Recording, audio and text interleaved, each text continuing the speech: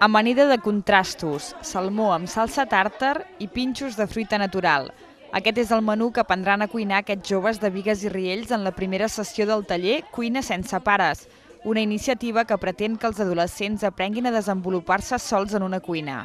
És molt important perquè és l'edat en què ells comencen a estar sols a casa, que potser inclús tenen algun diner per poder sortir i així també saben com ho han d'aplicar. Si van a comprar també saben allò que els hi va bé i és una manera de completar el que penso que aprenen també a l'escola.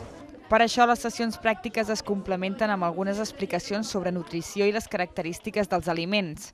Avui a l'amanida hi posaran fruita, espinacs o remolatxa, aliments que és probable que no consumeixin habitualment i que el taller els ajudi a descobrir-los. Als alumnes els motiva la idea de poder cuinar els seus propis plats. Perquè de 5 anys volem ser cuiners i ens ha fet il·lusió. Doncs esperem a cuinar perquè quan anirem més grans, si els pares estan treballant, podrem aprendre a fer-nos el dinar o els sopars sols.